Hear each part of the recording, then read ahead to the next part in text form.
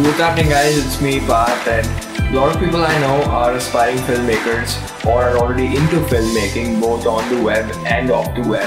So I made this video, which is like a list comprising of some of the best lenses that you can get for your DSLR that can actually take your quality to a completely different level. So to kick off in a collaborative format for the first time, actually, my personal pick, the one that I keep coming back to, the cheapest prime from Canon, the 50mm f1.8. Now the best part about this is not the fact that it's got 50mm of focal length. That's probably the worst part. The best is that wide f1.8 of aperture. This lens is mostly a first for most of the creators after their kit lens, mainly because of that f1.8 of shallow depth of field. But when you combine that with the 50mm of focal length, that gives you even more blur. Although it's not the most convenient lens to use, I mean, at least not to film a roll on, but for some product shots, which I use it mainly for, it's incredible. It's not the most stable lens, at least the non-STM version. It's also pretty noisy in autofocus, but the end result is just spectacular. I mean, you can see some footage of mine. I've been using it for the past 2 years and I've shot a lot of videos with it, and I am absolutely not disappointed at all. Other than the performance, it's also got a lot of other advantages, like the fact that it's very lightweight, it's somewhat tiny, and it's incredibly affordable.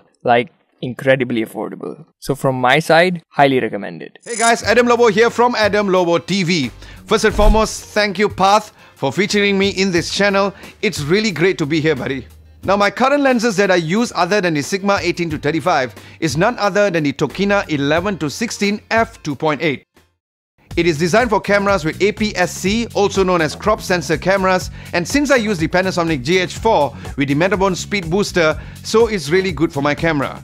Now the build quality is great and sturdy. It's an ultra wide angle lens with a constant aperture of f2.8, and you can also switch between the autofocus to manual focus by just using the focus ring to snap forward. Now I personally use this lens for my overhead wide shots from the top of the table during my unboxing shots, and I also use it during my handheld shots. Now the lens is great for its price and it is available for Canon, Nikon and Sony cameras. The overall image quality is great, and if you guys would like to see more shots of the Tokina 11-16, be sure to hit to my channel to check it out, and don't forget to subscribe to mine and Path's channel if you guys haven't done so. Thank you once again Path, and back to you. Yo, what's up guys, it's Suraj from Tech Devoted, and my favorite lens is the Sigma 30mm f1.4 contemporary lens for Sony E-mount. I use the lens with the Sony a6300 and I absolutely love it. It's 30mm, which would give you a field of view equivalent to that from a 45mm on a full frame. I mostly make tech videos and I find the 30mm focal length just perfect for me. Not too wide but not too cropped in, and the f1.4 just makes the experience that much better. Even wide open, the lens is razor sharp and the background blur is quite gradual, quite creamy if you will, and I really dig that. I also occasionally click pictures with it, and as I said, it's really sharp. The focal length is great for candids, street photography or even landscapes for that matter. Another thing I like about the lens is its autofocus. It's fast, accurate and doesn't make a lot of noise, very reliable. Even build quality wise, no compromises at all, the lens is built to last. But that's basically my current go-to lens. Thanks for having me, Path, and I hope you guys have enjoyed. What is up guys? First of all, huge thanks for having me on this collab. My favorite, absolute favorite piece of gear that I own is the Sigma 18-35 lens. Wait, I'm actually shooting with it right now. Okay, I need to take this off. I need to put my kit lens on my T3 so I can actually show you guys this lens. Hold on one second. Okay, there we go. So this is the Sigma 18-35. It's my most prized possession in my entire gear collection. It's my favorite lens. It's my favorite piece of gear. It's my most expensive piece of gear, but I love it. I absolutely love it. And here's why. First of all, it's heavy. It feels like a tank. It's built like a tank. And I know heavy is kind of a bad thing if you're going to shoot a wedding with it. If you're thinking of doing that, don't do it. It'll hurt unless you're someone who goes to the gym a lot. But it's just so beautiful. It goes all the way down to f1.8. The autofocus mechanism is like, it doesn't exist. It's so quiet, you'll never hear it. The footage is super sharp. The bokeh is ultra buttery smooth.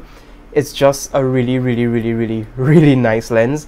And it's not just me saying that, a lot of other YouTubers use it. I know Canupsi uses it, MKBHD uses it.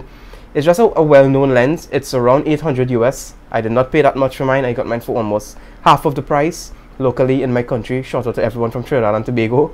But yeah, it's my most prized possession. I love it. If I had to choose one lens that I'll keep on my camera at all times, it will be this one, because there's that wide 18mm focal length, and you can also go to 35, which is not that huge of a jump, but for my use it's perfect. So yeah, if you're interested in a lens and you have the budget for it and you're looking for the ultimate YouTuber lens, I have to say this is it. Again, thank you so much for having me in this collab. I hope to see you guys on my channel, Tech Smash. I'm sure he'll leave it down below. Thank you guys so much. And so there you have it. These are some of the best lenses that you can get for your DSLR from the words of some of the best content creators on the web. So a huge thanks to all of them for making this video possible. I'll be sure to leave all of their links down below, so make sure to check them out and let them know that I sent you. But I'll also be linking the lenses that they featured in the description. And hope you enjoyed this video. That's pretty much it. But before I end, I'll just take a minute and just talk to you and just leave a message. That is not the gear. I keep on saying this, everyone keeps on saying this. It's always the story, it's always the content. If it is better than the cinematography, then the audio quality, the video quality, the effects, the editing, they all take a backseat. The story is what really matters, and it will always be the #1 priority. It shall be the #1 priority. Hope you make sense about that. Thank you for watching. I'll catch you in the next one. Take care.